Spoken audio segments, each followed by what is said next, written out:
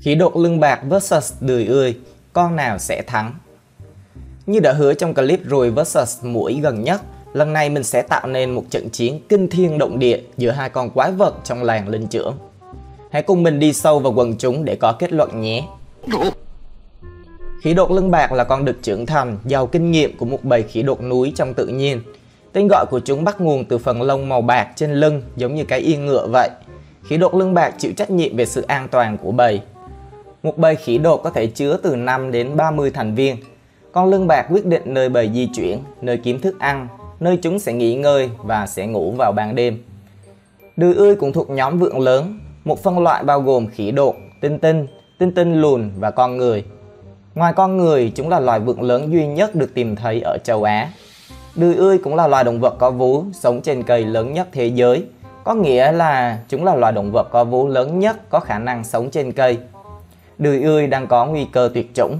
Chúng đã tuyệt chủng ở một số vùng ở châu Á.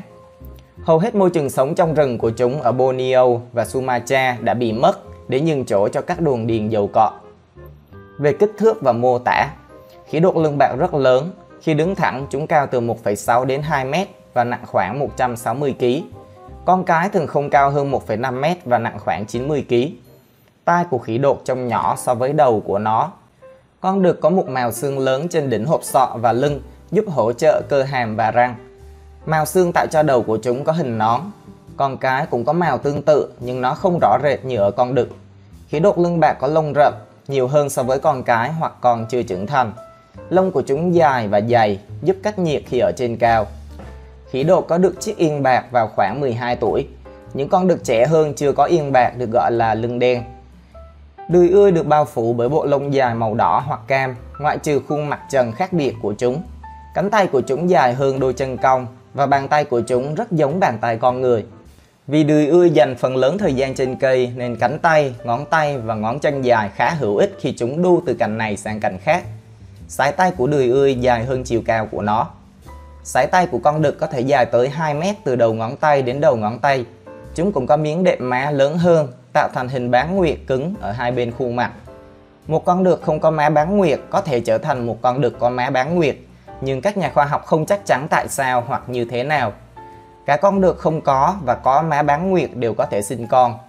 Trung bình, đười ươi cái cao khoảng 1,2 m, trong khi con đực cao khoảng 1,36 m. Con cái nặng trung bình 37 kg và con đực nặng trung bình khoảng 87 kg.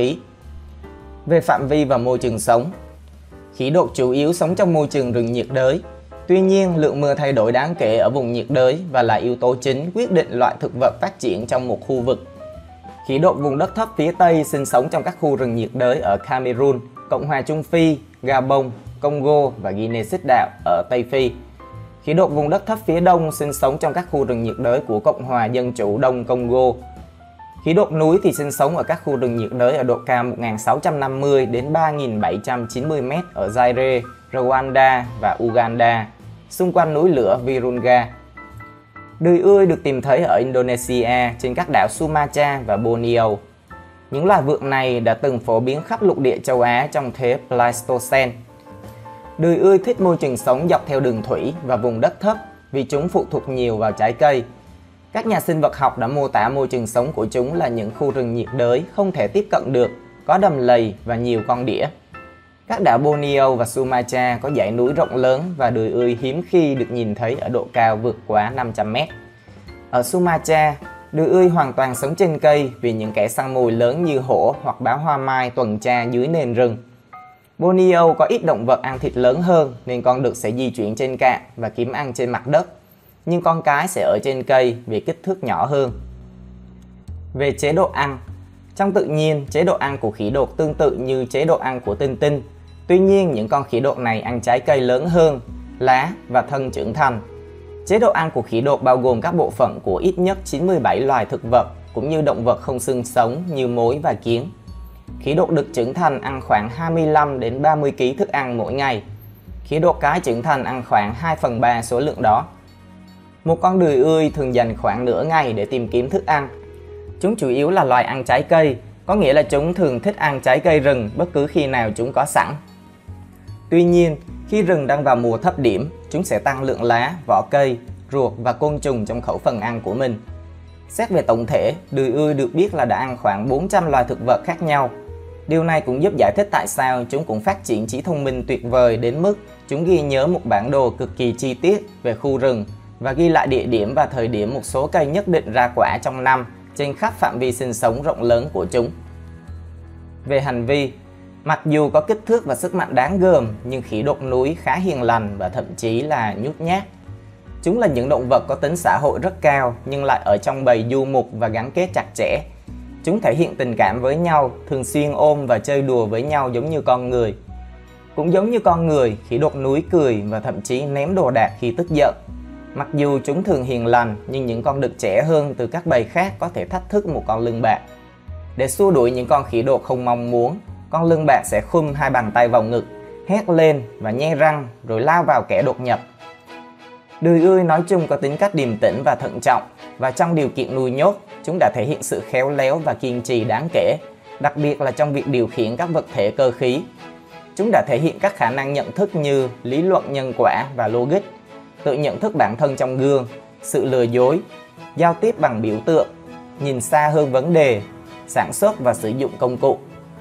Những con đực trưởng thành là những con sống đơn độc nhất, có hành vi đe dọa khi gặp những con đực khác. Chúng chia sẻ bầu bạn với con cái chỉ vì mục đích sinh sản. Khác với các loài linh trưởng khác, đười ươi chủ yếu sống đơn độc. Ai sẽ thắng trong một cuộc chiến, khỉ đột hay đười ươi?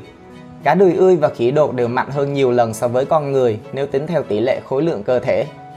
Hai thành viên của gia đình vượn lớn này sống ở những nơi hoàn toàn khác nhau trên thế giới và không bao giờ gặp nhau trong môi trường tự nhiên của chúng. Vì vậy, thực sự không có cách trả lời chính xác cho câu hỏi này nên chúng ta phải phỏng đoán. Trước khi đi đến kết luận, các bạn hãy bấm đăng ký và bật chuông thông báo nếu như muốn khám phá thêm các trận chiến về động vật sắp tới trên kênh nhé. Giả sử đó là một con khỉ đột đực trưởng thành và một con đười ươi đực trưởng thành, mình nghĩ rằng khỉ đột sẽ mạnh hơn. Đười ươi là loài động vật đơn độc, sống du mục, chủ yếu sử dụng cánh tay dài khỏe mạnh của mình để vận động. Chúng thường không đánh nhau và không có răng nanh lớn cũng như hàm nhô ra của khỉ đột. Cơ thể của chúng cũng không cân đối để di chuyển trên mặt đất và chúng thích tránh các động vật khác hơn là chiến đấu trực tiếp. Kỹ năng leo trèo của chúng hiệu quả hơn nhiều so với việc chỉ tấn công kẻ săn mồi. Mặt khác, khỉ đột là động vật xã hội, thiết lập sự thống trị thông qua sức mạnh thể chất nhưng không gây ra chết chóc. Có thể so sánh chúng như các cầu thủ bóng đá của thế giới động vật. Mặc dù một trận chiến của khỉ đột lưng bạc thường không gây ra cái chết cho bên nào, nhưng chúng không xa lạ gì với việc va chạm chân tay.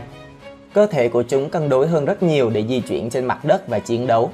Một con khỉ đột đực trưởng thành cũng sẽ có lợi thế về kích thước so với đười ươi. Thậm chí con đười ươi to lớn nhất cũng khó có thể đánh bại một con khỉ đột đực với kích thước trung bình thấp. Đơn giản là chúng được tạo nên để tốt hơn trong chiến đấu. Tóm lại, dù cho Score King có mưu hèn kế bẩn đến đâu thì cũng không thể đánh bại được King Kong. Clip hôm nay của mình sẽ dừng lại tại đây. Cảm ơn các bạn và hẹn gặp lại trong clip tiếp theo.